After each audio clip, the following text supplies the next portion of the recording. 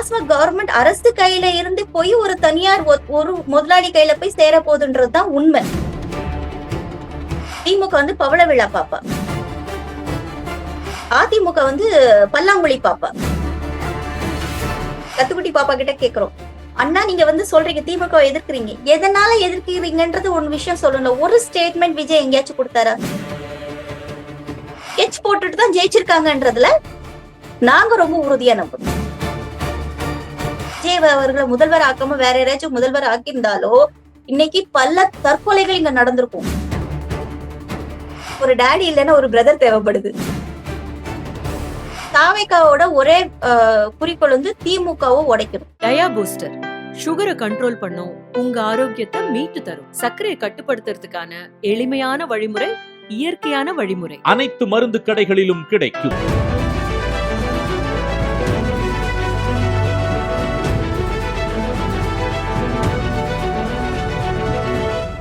மறைமுகம் நேயர்களுக்கு வணக்கம். நான் இசை. இன்றைய நேர்காணலில் நம்மோட சமூக ஊடக செயல்பாட்டாளர் கவிதா அவர்கள் இருந்திருக்கிறார். பேசலாம். வணக்கம். வணக்கம். தாவேகா ஆட்சி அமைச்சு கிட்டத்தட்ட சூப்பரா இருக்கு. தாவேகா ஆட்சி அமைச்சு கிட்டத்தட்ட ஒரு வாரம் ஆக போகுது. இந்த ஒரு வாரத்தோட அந்த செயல்பாடுகள் கஜானா காலி ஆகிடுச்சு அப்படின்னு சொன்னா கூட அடுத்தடுத்த திட்டங்கள் எல்லாமே அவங்க வந்து செயல்படுத்திக்கிட்டே தான் இருக்கிறாங்க. சோ இந்த செயல்பாடுகள் குறித்து உங்களுடைய முதற்கட்ட பார்வை என்னவா இருக்கு? செயல்பாடு செய்யறதுக்கு எதிர்கட்சிகள் வேலை வாங்கிக்கிட்டு இருக்காங்க நல்ல விதமாட்டு மட்டும் நல்லாவே தெரியுது. இது வந்து தாவேகா மேல இருக்கக்கூடிய வெறுப்போ இல்ல வந்து வேற எந்த ஒரு விஷயமும் கிடையாது. பிகாஸ் அவரு பதவி பிரமாணம் பண்ண அந்த நிமிஷமே அவர் ஃபர்ஸ்ட் எடுத்தோட சொன்ன வார்த்தை கஜானா காலினாரு. சோ எதுவுமே இல்ல அப்படின்ட்டாரு. அதுக்கப்புறம் எதிர்கட்சி தலைவர் மிஸ்டர் உதயநிதி அவர்கள் வந்து சொல்லி நிறைய விஷயங்கள் இந்த மாதிரி பண்ணாதீங்க, மக்கள் இந்த மாதிரி கஷ்டப்பட்டுட்டு இருக்காங்க அப்படின்னு சொல்ல எல்லாமே வேலை வாங்க வேண்டியது இருக்கோ அப்படின்ற மாதிரி ஒரு பொதுமக்களா என்னுடைய கருத்து. தாவேகா கிட்ட இருந்து சொல்லி வேலை வாங்க வேண்டியது இருக்கு அப்படின்னு. ஆனா அவங்க வந்து ஆரம்பத்துல 200 யூனிட் மின்சாரம் அப்படின்னு சொன்னதெல்லாம் அவங்களாவே செயல்படுத்தின ஒரு விஷயம் தானே. 200 யூனிட் எல்லாருக்கும் கொடுத்துட்டாங்களா? ஃபர்ஸ்ட் அவங்க சொன்ன விஷயம் கழிச்சு கணக்கு எடுக்கணும். எல்லா வீட்டுக்குமே 200 யூனிட்னு சொன்னாங்க. குடிசை வீடு, மாடி வீடு, அபார்ட்மெண்ட் அந்த மாதிரி எதுவுமே அவங்க சொல்லல. அவங்க சொன்னது அனைவருக்கும்ன்ற மாதிரிதான் அவங்க மேனிபெஸ்டோல சொல்லியிருந்தாங்க. ஆனா அவர் முதல் கையெழுத்து போட்டதே 500 யூனிட்டுக்கு குறைவா உபயோகப்படுத்துறவங்களுக்கு மட்டும்தான் 200 யூனிட் இலவசம் அப்படின்னு சொல்லியிருக்காரு. அப்போ நார்மலா பாத்தீங்கன்னா கிராமங்கள் நம்ம சொல்ல முடியாது. ஆனா சிட்டில நம்ம யூஸ் பண்ற எலக்ட்ரானிக் ஐட்டம்ஸ் ரொம்ப ஜாஸ்தி. ஃபார் எக்ஸாம்பிள் ஏசிலாம் இங்க மஸ்ட்னு ஆயிடுச்சு. நமக்கு சென்னையை பொறுத்த வரைக்கும் ரொம்ப மஸ்ட்னு ஆயிடுச்சு. ஒரு அடிப்படை விஷயம் மிடில் கிளாஸ்க்கு அது தேவையான ஒரு விஷயமா இருக்கு. அப்ப அவங்க வீட்டுல எல்லாம் 500 யூனிட்க்கு குறைவா நம்ம ஸ்பெண்ட் பண்றோம் அப்படின்ற மாதிரி ஒரு கொஸ்டின்ஸ் வருது இல்லைங்களா? 200 யூனிட் ஃப்ரீன்னு சொல்லியிருக்காரு. அது 500 யூனிட்க்கு கம்மியா யூஸ் பண்றவங்களுக்கு முன்னாடி இருக்கிற 100 யூனிட் கிடைக்குமா கிடைக்காதான்றத பத்தி இன்னும் ஒரு வாய் திறக்கல. லைக் இதுக்கு முன்னாடி நீங்க என்ன யூசேஜ் பண்ணாலுமே 100 யூனிட்ன்றது ஃபர்ஸ்ட் ஒரு இலவசமா இருந்தது இல்லையா? அது என்னவா ஆக போகுது அப்படின்றதுக்கு பதில் சொல்லல இன்னுமே. சோ இனி 2 மாசம் கழிச்சு வரும்போது பில்லிங் வரும்போதுதான் தெரியும். சொல்றத பார்த்தா அப்படின்னா விஜய் அவர்கள் எடுத்துட்டு வந்து அந்த ஸ்கீம்ஸ் எதுவுமே உங்களுக்கு வந்து திருப்திகரமா இல்ல அப்படிங்கிற மாதிரி தான் வெளிப்படுது. அவர் வந்து இந்த 2 ஸ்கீம்ஸ் மட்டும் எடுத்துட்டு வரல. இன்னும் ஒரு சில ஸ்கீம்ஸ்லாம் டாஸ்மாக் வந்து மூடுறதாக இருக்கட்டும், அந்த சிங்கப்பெண் சிறப்பு அதிரடிப்படை அப்படிங்கிற போதைப் பொருள் தடுப்பு, இந்த மாதிரி திட்டங்கள் எல்லாமே ஒரு நல்ல விஷயமா பார்க்கப்படுது. இல்ல நிஜமா ரொம்ப நல்ல விஷயம்தான். டாஸ்மாக் வந்து ஒழிக்கப்பட வேண்டும். அதுல வந்து எந்தவித மாற்று கருத்துமே கிடையாது. இப்ப அவர் வந்து கம்ப்ளீட்டா க்ளோஸ் பண்ணல. அவர் சொன்னது டாஸ்மாக்கை முற்றிலும் அடைப்போம்னு அவர் சொன்னார். இப்ப 717 கடைகளை மட்டும் மூடுறாங்களோ ஒரு இடம் மாத்துறாங்க அப்படின்றது ஒரு விஷயம் தான் இருக்கு. அப்புறப்படுத்துறாங்க. சோ அப்புறப்படுத்துறதுக்கும் அடைக்கிறதுக்கும் வார்த்தை வித்தியாசம் இருக்கு. அப்புறப்படுத்துறதுன்றது இந்த இடத்துல இருந்து தூக்கி மாத்தி நம்ம வெளியே போன பீரியட்லயுமே அது நடந்துச்சு. நிறைய முக்கியமா இருக்கக்கூடிய இடங்கள்ல இருக்கக்கூடிய டாஸ்மாக் எல்லாம் என்ன பண்ணாங்கன்னா கொஞ்சம் இடம் மாத்தி வச்சாங்க. 500 கடைகளை மட்டும் தான் அவங்க க்ளோஸ் பண்ணியிருந்தாங்க. இப்ப இவர் என்ன சொல்றாருன்னா 717 கடைகளை அடைப்போம்னாரு. ஆனா இது வரைக்கும் எந்த கடையை அடைச்சிருக்காங்கன்ற டீடைல்ஸ் இது வரைக்குமே தெரியல அப்படின்றது ஒரு விஷயம். அதே மாதிரி நீங்க சொன்ன சிங்கப்பெண் படைகள் அப்படின்னு சொல்லிட்டு இது எனக்கு அறிவுக்கு உட்பட்டு 2011, 16லயே ஜெயலலிதா அம்மா பீரியட்ல பிங்க் பேட்ரோல் வந்துடுச்சு. சோ பிங்க் பேட்ரோல் வந்து ஆல்ரெடி இருந்தது. அதுக்கப்புறம் முந்தின ஆட்சியிலயும் பெண்களுக்கு இன்னும் அதிகப்படியான பாதுகாப்பு எதுலெல்லாம் கொடுக்கலாம் அப்படின்னு சொல்லிட்டு முந்தின ஆட்சியுமே திமுக ஆட்சியுமே செஞ்சுச்சு. இப்ப ஸ்டிக்கரை மட்டும்தான் மாத்திருக்காங்க. அதுவே நம்ம நிறைய பார்த்துட்டு இருக்கோம். அதே வாகனம் தான், அதே நம்பர் பிளேட் தான், அதே தான். அந்த பிங்க் கலர் தூக்கிக்கிட்டு சிங்கப்பெண்ணு எழுதியிருக்காங்க. சோ ஸ்டிக்கர் மாத்திருக்காங்க. இந்த திட்டத்தை வந்து அவங்க செயல்படுத்தின திட்டம் அப்படின்றது எதுல கொண்டுட்டு வர்றது அப்படின்றது தெரியல. ஏன்னா முதல் பெண் காவலாளிகள் கொண்டுட்டு வந்த திமுக கலைஞர் அவர்களா இருக்கட்டும், முதல் பெண் காவல் நிலையங்களை கொண்டு வந்த ஜெயலலிதா அம்மாவா இருக்கட்டும், இதெல்லாம் நம்ம வந்து திட்டமா நம்ம வந்து பேசலாம். இப்ப முதல் பெண் காவலர்களை கொண்டுட்டு வந்தது திமுக ஆட்சியில கலைஞர் ஐயா அப்படின்றது இன்னைக்கு சொல்லப்பட வேண்டிய விஷயம். முதல் பெண் காவல் நிலையங்களை ஜெயலலிதா அம்மா கொண்டுட்டு வந்ததுன்றது இன்னும் 50 வருஷம் கழிச்சாலும் கூட அது சொல்லப்பட வேண்டிய விஷயம். ஸ்டிக்கரை மாத்திட்டு அந்த ஸ்கீம்க்கு நீங்க ஒரு புது பேரை குடுத்துட்டு அது வந்து அது என்னால ஏத்துக்க முடியாத ஒரு சூழ்நிலையில நான் இருக்கிறேன். அப்புறம் நீங்க சொன்னீங்க போதைப் பொருள் தான் தடுப்பு அப்படின்னு சொல்லியிருக்கீங்க. இன்னைக்கு ஒரு செய்தி வந்திருக்கு, தாவேகாவுடைய நிர்வாகி ஒருத்தர் வந்து வீட்டுல வந்து கஞ்சா செடி வளர்த்திருக்காரு அப்படின்னு சொல்லிட்டு. சோ இவங்க வந்து எல்லாம் அழிச்சிட்டு இருக்காங்க, வெளியே அழிச்சிட்டு இருக்காங்க, அவங்க செஞ்சிட்டு இருக்காங்க, செயல்படுத்திட்டு இருக்காங்க, அவ்வளவுதான். ஓகே. நீங்க இப்போ இத சொல்லும்போது ஒரு கேள்வி வருது. டாஸ்மாக்குமே வந்துட்டு இவங்க ஒரு பக்கமா மூடுனா, இன்னொரு பக்கம் தனியார் மயமாக்கப்படுமா? ஏன்னா இதுக்கு முன்னாடி வந்து சார்லஸ் மார்டின் அவர்கள் சொல்லும்போது, நாங்க லாட்டரி இல்ல அப்படின்னா, நாங்க வந்து டாஸ்மாக்குள்ள தான் நுழைஞ்சிருப்போம் அப்படிங்கிற ஒரு பேட்டியில குறிப்பிட்டிருப்பாங்க. சோ அந்த கேள்வியுமே இங்க வருது. நிச்சயமா. இங்க பாருங்க, இப்போ இங்க கள்ளக்குறிச்சியில தானே ஒரு நிறைய குடும்பங்கள்லாம் குடிச்சு இறந்து போயிட்டாங்க. ஆமா, டாஸ்மாக் ஆமா. செயல்பாட்டுல இருக்கும் போதே, சாராயங்கள் கிடைச்சிட்டு இருக்கும் போதே, அந்த மாதிரி ஒரு அபத்தமான விஷயங்கள் நடக்கும்போது, நீங்க வந்து கம்ப்ளீட்டா நீங்க எப்படி க்ளோஸ் பண்ண முடியும்? அதுக்கு ஒரு மாற்று வழி நீங்க அமைச்சு தானே ஆகணும். இப்ப தனியார் மயமா ஆக்கும்போது, இந்த விஷயங்கள் இதுக்கு அடிக்டடா இருக்கக்கூடியவங்க, நீங்க ரூ. 100 பொருள நீங்க ரூ. 300 குடுத்தாலும் அவங்க வாங்கி குடிக்கிறதுக்கு ரெடியா இருப்பாங்க. நீங்க ரூ. 500 குடுத்தாலும் வாங்கி குடிக்கிறதுக்கு ரெடியா இருப்பாங்க. அப்ப இது நீங்க டாஸ்மாக் கவர்ன்மெண்ட் அரசு கையில இருந்து போய் ஒரு தனியார் ஒரு முதலாளி கையில போய் சேர போகுதுன்றது தான் உண்மை. இங்க வந்து முழுமையா அடைக்க முடியாது. அடைக்கப்படாது. இப்ப குஜராத்ல சாராயமே இல்லன்றாங்க. அங்க வந்து பார் இல்லாம இருக்குதா? ரெஸ்டோ பார் இல்லாம இருக்கா? அது 5 ஸ்டார் ஹோட்டல்ல கிடைக்காம இருக்குதா? கிடைக்கத்தானே செய்யுது. அப்போ ஒரு அரசு நடத்தக்கூடாது அப்படின்னா, அப்ப அந்த அரசுக்கு பதிலா யாரு நடத்தணும்? அப்படின்ற ஒரு கேள்வி. அத நாங்களே நடத்தணும் அப்படின்றது பதில். அவ்வளவுதான். இன்னொரு பக்கம் பார்த்தோம் அப்படின்னா, தாவேகா இந்த கட்சி வந்து பல குற்றச்சாட்டுகள் நம்ம முன் வச்சாலுமே, இந்த ஒரு வாரத்துல பல சமூக சட்ட ஒழுங்கு பிரச்சனைகள்லாம் நடந்திருக்கு. இது எல்லாம் இருந்தாலுமே பியாண்ட் திஸ் தாவேகா அப்படிங்கிற கட்சி வந்ததுக்கு அப்புறமா இதுக்கு முன்னாடி இருந்த ஒரு ஸ்டீரியோ டைப் வந்து உடைக்கப்பட்டிருக்கு. அதாவது நம்ம வந்து மண்டல வாரியான வாக்குகள்னு பிரிச்சிருந்தோம். ஜாதி வாரியான வாக்குகள்னு பிரிச்சிருந்தோம். ஒரு கேட்டகரி மட்டும்தான் அரசியலுக்கு வரணும் அப்படின்னு பிரிச்சிருந்தோம். இது எல்லாமே ஒட்டுமொத்தமா முடிஞ்சிருச்சு. ஒரு சாமானிய மனிதன் கூட சட்டசபைக்குள்ள போகக்கூடிய அளவுக்கு தாவேகா ஒரு வாய்ப்பை ஏற்படுத்தி கொடுத்திருக்கு அப்படிங்கிற ஒரு பார்வை இருக்கு. சாமானிய மனிதன் யாரு கால்ல செருப்பு போடாம கவர்மெண்ட் பஸ்ல வந்துட்டு அவரு எந்த அளவுக்கு சாமானியன்றதும் நமக்கு வெளியே வந்தாச்சு. அவர் வந்து அந்த நம்ம எலெக்ஷனுக்கு கொடுக்கக்கூடிய அவரோட அப்ளிகேஷன்ஸ்ல அபிடவிட்லயுமே அவர் கொடுத்திருக்காரு. 8 கோடி ரூபாய்க்கு மேல சொத்து இருக்கு, இத்தனை பிசினஸ் அவர் பண்ணிட்டு இருக்காரு அப்படின்றது. மொத்தத்துல இவங்க வந்து என்னன்னா ஒரு ஒரு ஒரு பிக்சரைஸ் பண்ணிட்டாங்க. ஒரு சினிமா எடுக்கிற மாதிரியே இப்போ நம்ம சினிமா பார்க்கும்போது நமக்கு அழும்போது ஆர்டிஸ்ட் அழுவாங்க. நமக்கு நல்லாவே தெரியும் அவங்க நடிக்கிறாங்க. பட் இருந்தாலும் நம்ம கூட சேர்ந்து அழுவோம். ஒருத்தர் குத்திட்டாங்கன்னா அப்படின்னு நமக்கு அந்த ரியாக்ஷன்ஸ் வரும். இந்த உணர்ச்சிகளை வச்சே இவங்க வந்து இன்னைக்கு ஆட்சி பிடிச்சிருக்காங்கன்றது 100க்கு 100% உண்மையான விஷயம். இங்க வந்து சாமானிய மக்களும் இது பண்ணலாம் அப்படின்னா, இந்த அஜிதான்ற பொண்ணு வந்து போய் நின்றாங்களே தூத்துக்குடியில உள்ள மாவட்ட மகளிர் அணி, அவங்களுக்கு சீட் கொடுக்கல. 2வது அவங்க வந்து கேட்கும்போது அவங்க வண்டியை கூட நிறுத்தாம தான் போனாங்க. அப்ப இங்க எந்த சாமானியன் வந்து இங்க வந்து எம்எல்ஏ ஆயிருக்காங்கன்றது ஒரு பெரிய ஒரு இன்னைக்கு வரைக்கும் அந்த டவுட் இருந்துட்டே இருக்கு. ஏன்னா இவங்க பண்ண ப்ரொபகண்டா டோட்டலா வேற. வெளியே வர்றது டோட்டலா வேற. ஒரே ஒரு பிம்பம் சாமானிய ஆளு வந்து ஜெயிச்சிருக்காரு அப்படிங்கும்போது எனக்கு தெரிஞ்சு வந்து விஜய் அவர்கள் தான் எனக்கு தெரியுது. ஒரு சாமானியமான ஒரு ஆளு வந்து இன்னைக்கு முதல்வரா ஆயிருக்காரு.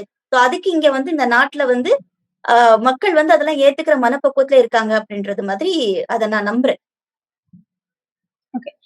இப்ப நீங்க அஜிதா அவங்கள வந்து குறிப்பிட்டிருந்தீங்க. அஜிதா ஏற்கனவே திமுகவை சேர்ந்தவங்க. திமுகவுக்கு செயல்படுறாங்க அப்படிங்கிற ஒரு குற்றச்சாட்டு இருந்தது. சோ அதுக்கேத்த மாதிரியே அவங்க வந்து திமுகவிலேயே போய் இணைஞ்சுட்டாங்க. சோ அதனாலதான் அவங்களுக்கு வாய்ப்பு கொடுக்கப்படல அப்படிங்கிற ஒரு விஷயம். திமுக வந்து பவள விழா பாப்பா. ஓகேங்களா? திமுக வந்து பவள விழா பாப்பா. சோ 75 வருஷம் ஆண்ட ஒரு கட்சி அது. 2வது இது அதிமுக வந்து பல்லாங்குழி பாப்பா. சோ அவங்க ஒரு 50, 60 வருஷம் ஆண்ட கட்சி.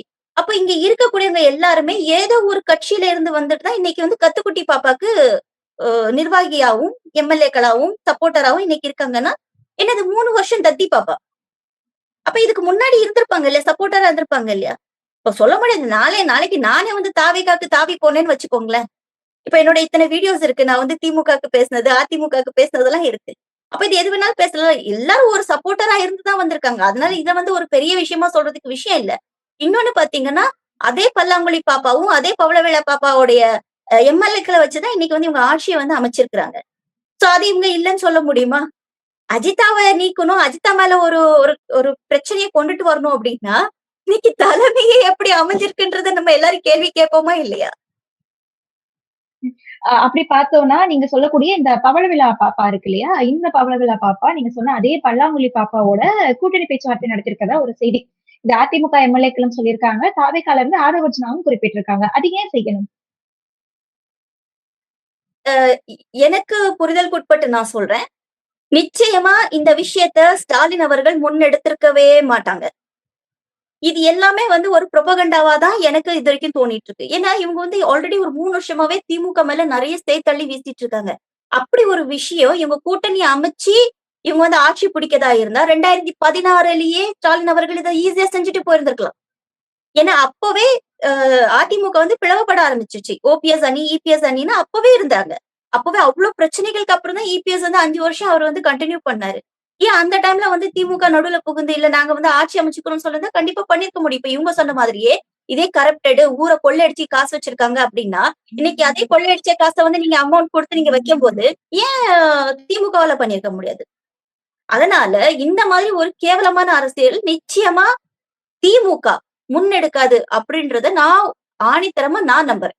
அவ்வளவு. ஓகே. உங்க நம்பிக்கை வந்து திமுக முன்னெடுக்காதுன்னு இருக்கா? இல்லன்னா ஸ்டாலின் அவர்கள் முன்னெடுக்க மாட்டாரு அப்படின்னு இருக்கா? ஸ்டாலின் ஏன்னா இது அவர்கள் முன்னெடுத்தது ஸ்டாலின் அவர்கள். ஓகே. அப்ப இப்ப இத முன்னெடுத்தது உதயநிதி அப்படிங்கிறது தான் ஆதவர்ஜுனாவுடைய குற்றச்சாட்டா இருக்கு. ஸ்டாலின் அவர்கள் முன்னெடுக்க மாட்டாருன்னு நிச்சயமா இதுல உதயநிதி அவர்களும் முன்னெடுக்க மாட்டாரு அப்படின்றது தான் விஷயம். ஏன்னா கலைஞர் இருந்த காலம் வரைக்கும் இப்ப நான் வந்து திமுக கட்சிய சார்ந்தவ இல்ல. நான் அத வந்து இங்க மென்ஷன் பண்ணியே ஆகணும். நான் ம், திமுக ம். கட்சிய சார்ந்தவனா, நான் எந்த கட்சிய சார்ந்தவளும் இல்ல. கலைஞர் ஐயா வாழ்ந்த காலம் வரைக்கும், ஒ ஸ்டாலின் அவர்கள் வந்து ஒரு அடி பின்ன தான் நிப்பாங்க எப்பவுமே. நம்ம எல்லாருமே பார்த்திருப்போம். கை கட்டி ரொம்ப அடக்கமா தான் அவரு இருந்தாரு. இவரு இந்த அளவுக்கு பவர்ஃபுல்லான ஒரு லீடரா இருப்பாருன்றது வோட் பண்ண எனக்கே டவுட் இல்ல. ஏன்னா ஃபர்ஸ்ட் டைம் திமுகவுக்கு 2021ல தான் நான் வோட் பண்றேனே. ஆனா அதுக்கப்புறம் அவருடைய செயல்பாடுகள்லாம் பார்க்கும்போது ரொம்ப பிரமிப்பா இருந்துச்சு. ஏன்னா கோவிட் டைம். நெறைய ம், பிரச்சனைகள். ம். இந்த சென்ட்ரல் கவர்ன்மென்ட் குடுத்துட்டு இருந்த இந்த ரயில்வேல இருக்கக்கூடிய சப்சிடி கூட சென்ட்ரல் கவர்ன்மென்ட் ஸ்டாப் பண்ணிடுச்சு. ஏன்னா முடியாது. கொரோனா டைம்ல நெறைய பாதிக்கப்பட்டிருக்காங்க அப்படின்னு சொல்லிட்டு. சோ ஒரு ஸ்டேட் கவர்ன்மென்ட்டால என்ன பண்ணிட முடியும்? அப்படின்ற ஒரு பெரிய கொஸ்டின் மார்க் இருந்துச்சு. ஆனா ஸ்டாலின் அவர்கள் வந்து அத வந்து சிறப்பாவே செஞ்சு முடிச்சாரு. அதே மாதிரி ஒரு ஒரு புக் ஃபேர்ல நான் பார்க்கும்போது, அ கார்ல ஃப்ரண்ட்ல இருந்துட்டு ஸ்டாலின் அவர்கள் இறங்குறாரு. பின்னாடி இருந்து உதயநிதி அவர்கள் இறங்கி, முன்னாடி போய் அப்பாக்கு கதவ திறந்து விட்டு, ஒரு அடி பின்னாடி தான் அவர் நடந்து வந்தாரு. இப்படி இருக்கக்கூடிய ஒரு ஒரு பிள்ளை, நிச்சயமா அப்பாவ மீறி ஒரு ஸ்டெப்ஸ் எடுத்திருப்பாங்களோ, இல்ல பேசியிருப்பாங்களோன்றது எனக்கு என்னால அத ஏத்துக்க முடியல. ஏன்னா, அதான் சொல்றேன்ல, இந்த ஆட்சி வந்து தொங்கு சட்டசபா அமையும்னு சொன்னாங்க. ஆனா நம்ம எல்லாருமே டிஎம்கே சப்போர்ட்டர்ஸ் என்ன நெனச்சுட்டு இருந்தோம்னா, இல்ல டிஎம்கே தான் ஆட்சி பிடிக்கும்னு நெனச்சுட்டு இருந்தோம். அதே மாரி டிஎம்கே வெர்சஸ் ஏடிஎம்கே தான் இருந்துச்சு.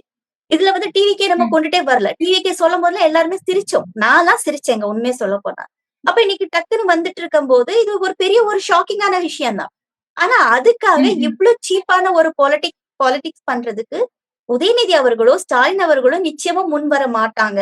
ஆனா தொண்டர்களுக்கெல்லாம் ஒரு கோபம் இருந்திருக்கும்னு வச்சுக்கோங்களேன். இன்னைக்கு வந்து இவ்ளோ விமர்சனம் பண்ண ம். டிவிகே வந்துடுச்சு. அப்போ நம்ம அதுக்கு வேற ஏதாவது ஸ்டெப்ஸ் எடுக்கலாம்னு கூட யோசிச்சிருந்திருக்கலாம். அது தப்பா இல்லாம கூட இருந்திருக்கலாம். ஆனா அதுக்கு அக்செப்ட் பண்ற இடத்துல நிச்சயமா ஸ்டாலின் அவர்கள் இல்ல அப்படின்றது அவர பார்த்து புரிஞ்சுகிட்ட என்னால அத சொல்ல முடியுது அவ்வளவுதான். மேபி நான் தவறா கூட இருக்கலாம். I don't know. ஓகே. இப்போ நீங்க சொன்ன மாதிரியே இந்த தோல்வி அப்படிங்கிறது ஒரு ஷாக்கிங்கான விஷயம். தாவேக்கா ஜெயிச்சதுமே ஒரு ஷாக்கிங்கான விஷயம் தான்.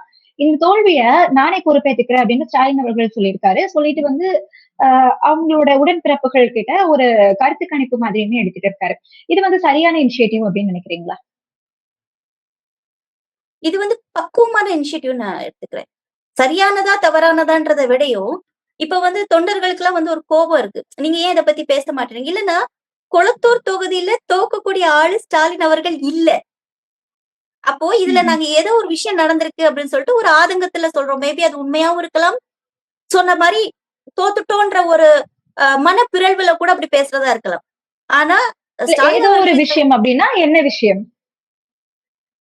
நிச்சயமா இவிஎம் தான் நான் சொல்லுவேன்.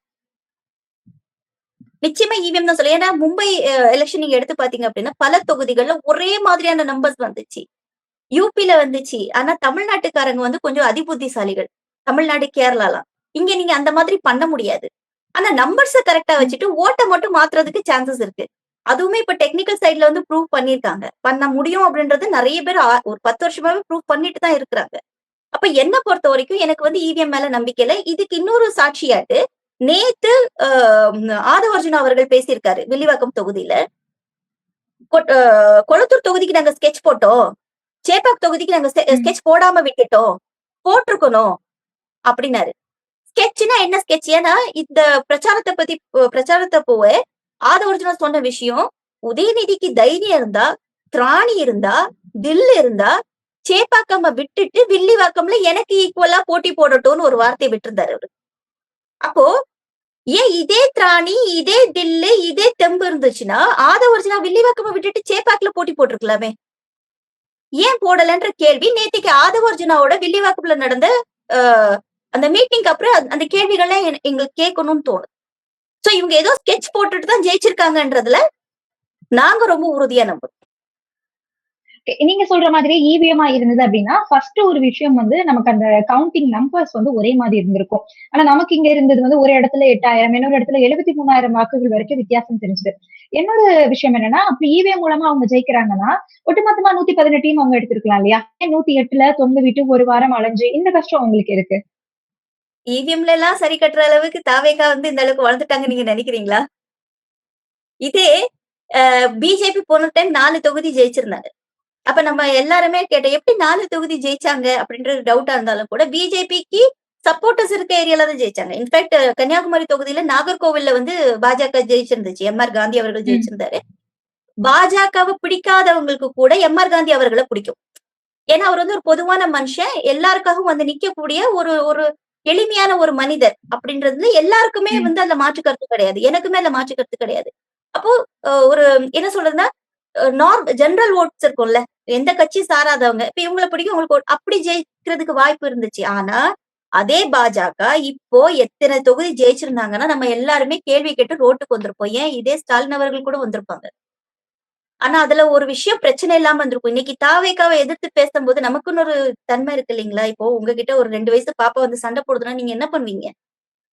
சரி குழந்தைட்ட போட்டு என்ன சண்டை போடுறது? சரி போ உனக்கு தான் வேணுமா? டிவி வேணுமா? நீ பார்த்துட்டு போ. 1/2 மணி நேரம் தானே பார்த்துட்டு போ. அக்கா நாளைக்கு பார்த்துக்கிறேன் நீங்க சொல்வீங்களா? மாட்டீங்களா?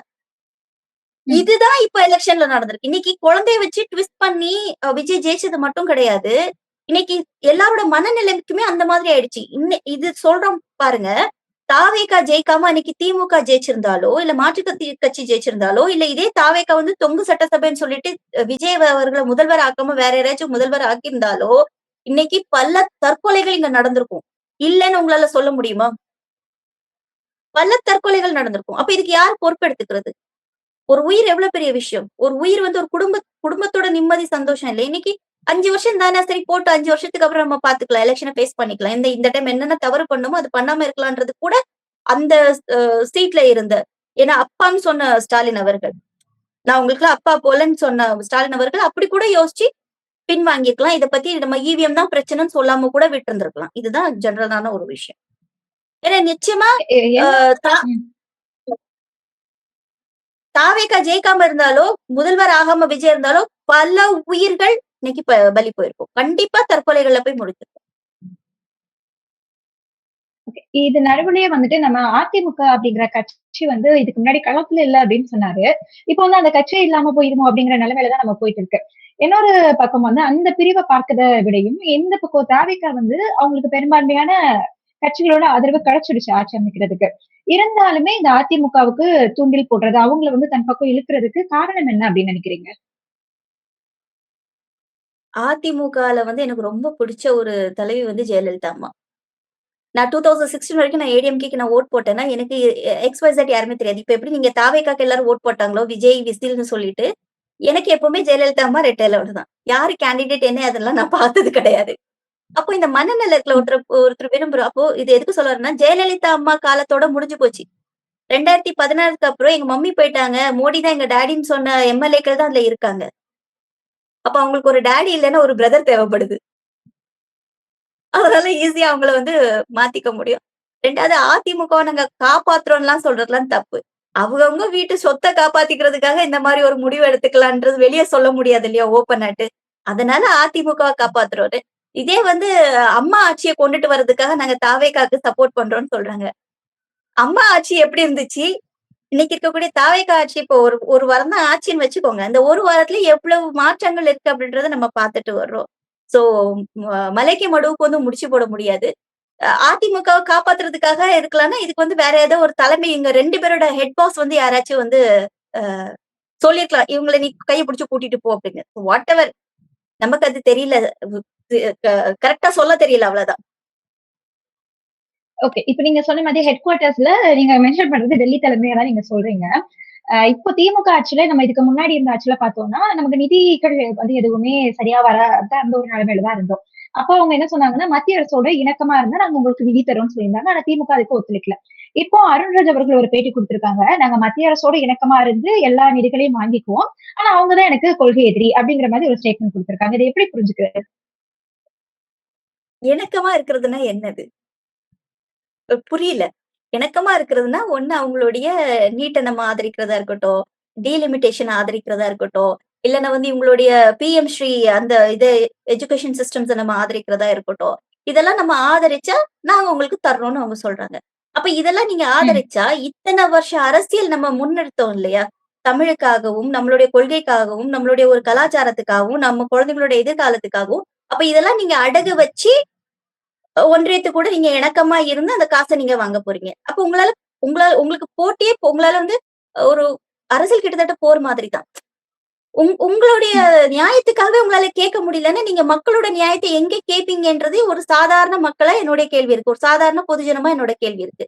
தாவேகாக்கு தன்னுடைய ஸ்டாண்ட்ல நிக்க முடியல. நாங்க இணக்கமா இருந்து வாங்குவோம்னா, அந்த இணக்கம் என்ன இணக்கம் அப்படின்றத நீங்க வந்து பப்ளிக்கா நீங்க சொல்லணும். அப்ப இதெல்லாம் நீங்க வந்து கொண்டுட்டு வர்றீங்கன்னா, இதுக்கெல்லாம் நீங்க மென்டலி எங்கள பிரிப்பேர் பண்றீங்களா? அப்படின்ட்டு. ஓகே. அந்த சமயத்துல இணக்கமா நீங்க சொன்னது இணக்கம் எந்த இணக்கம்னு பார்த்தா, பல திட்டங்கள சொன்னீங்க. சோ அந்த திட்டங்கள் மூலமா தான் அவங்கள வந்து கொள்கை கொள்கை எதிரி அப்படின்னு சொல்றோம். அந்த திட்டங்கள ஆதரிச்சுட்டு எப்படி கொள்கை எதிரி அப்படின்னு சொல்ல முடியும்னு நினைக்கிறீங்க? இதுக்கு தலைவர் விஜய் அவர்கள் தான் பதில் சொல்லணும். ஜோசப் விஜய் அவர்கள் தான் முதல்வர் பதில் சொல்லணும்.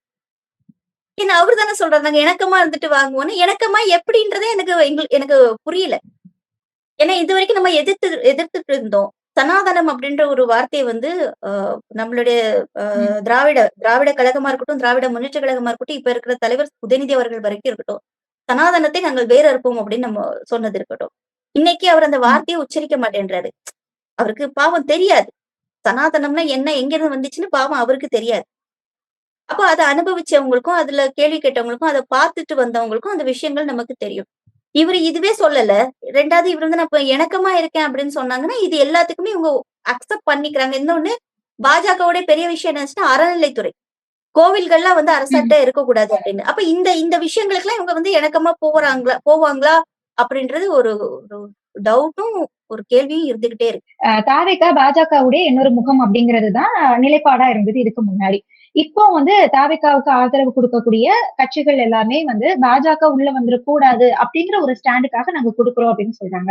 சோ இந்த 2த்தையும் என்ன வித்தியாசம் பார்க்க முடியுது? எப்படி புரிஞ்சுக்கிறீங்க நீங்க?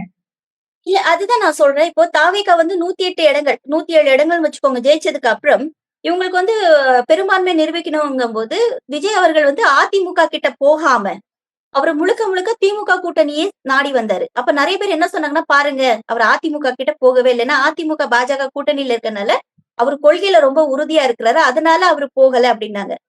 அதுக்கப்புறம் ஆனா அப்பவே நமக்கு தெரியும் அதிமுக சப்போர்ட் பண்றதுக்கு ரெடியா இருக்காங்கன்னு. அப்பவே அங்க ஒரு 20, 25 பேர் பேச்சுவார்த்தையில இருந்துட்டு இருந்தாங்க.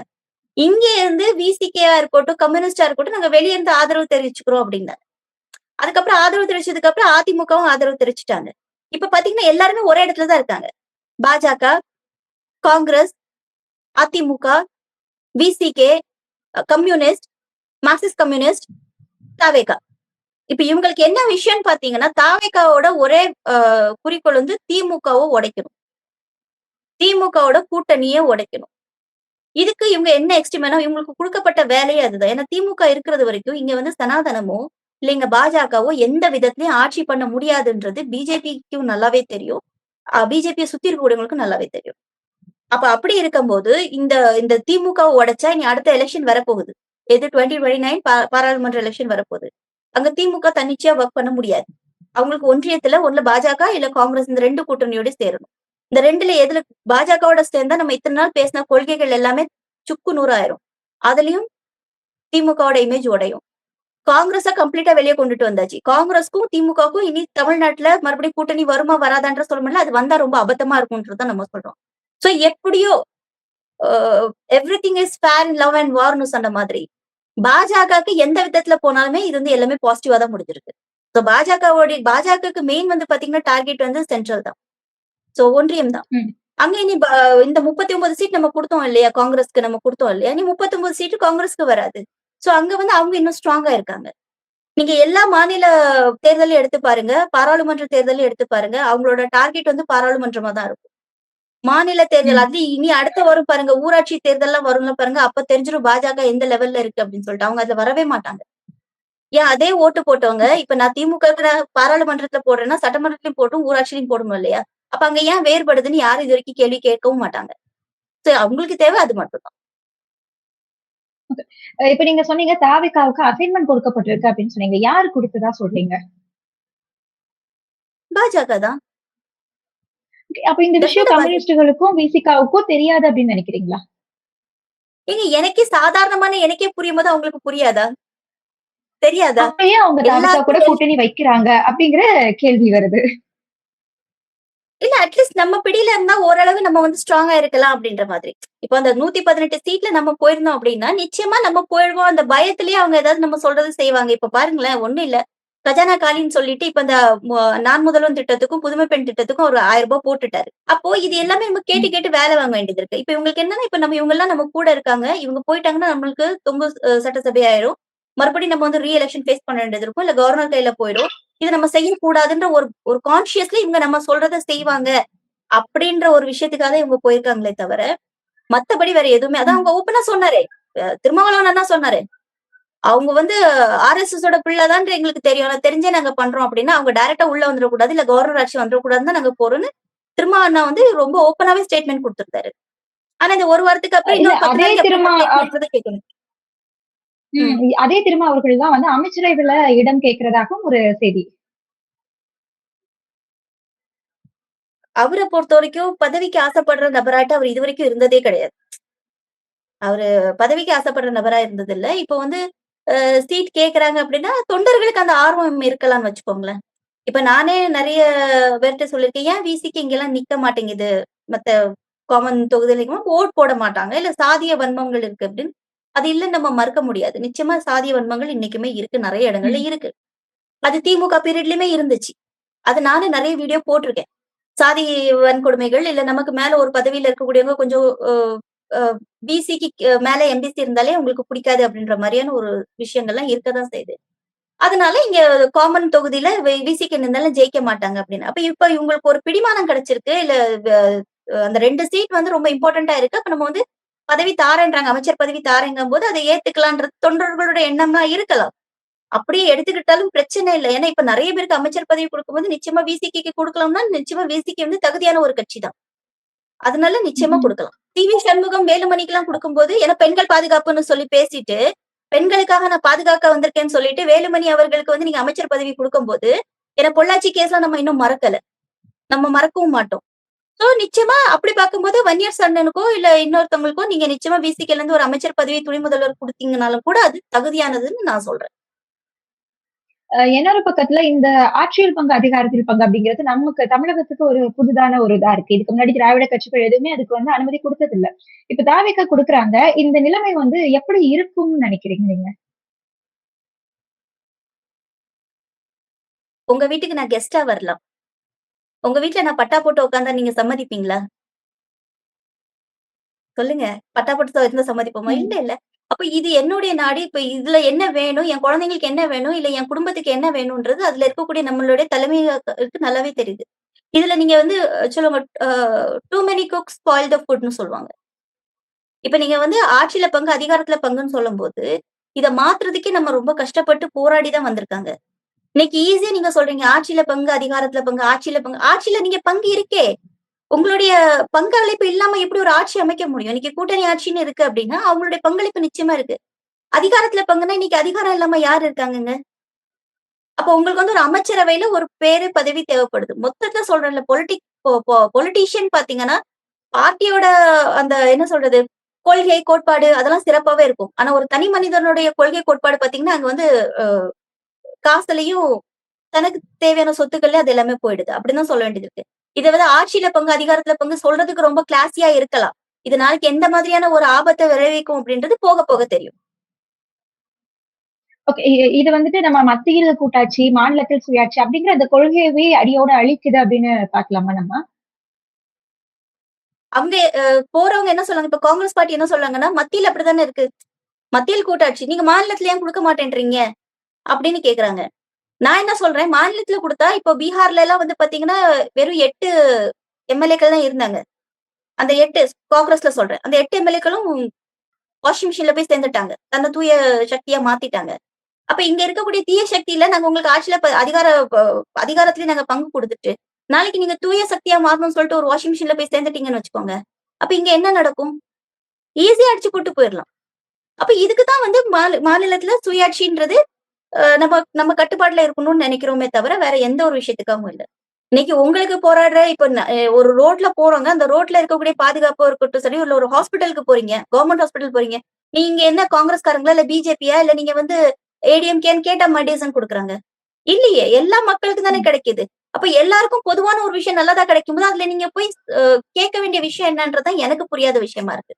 மேபி அது அரசியல்வாதிகளுக்கு புரியலாமா இருக்கும். தெரியல. இப்ப நம்ம பேசின எல்லா விஷயங்கள்லயுமே நம்ம வந்து இதுவரைக்கும் இருந்த ஆட்சிக்கும், இப்போதைய ஆட்சிக்கும் இருக்கக்கூடிய அந்த நெறைய முரண்பாடுகள நம்ம பேசியிருந்தோம்.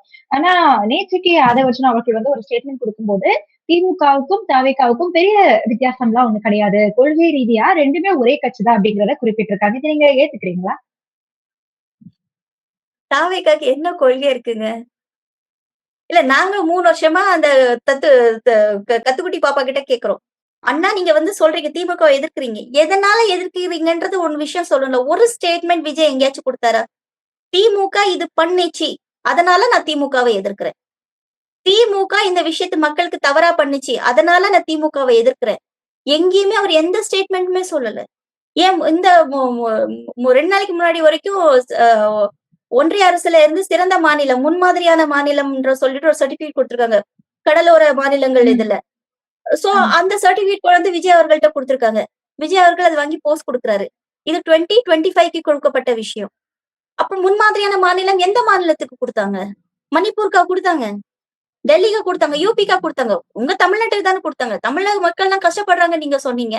கடைசி வரைக்கும் என்ன கஷ்டப்படுறாங்கன்னு சொல்லவே இல்ல.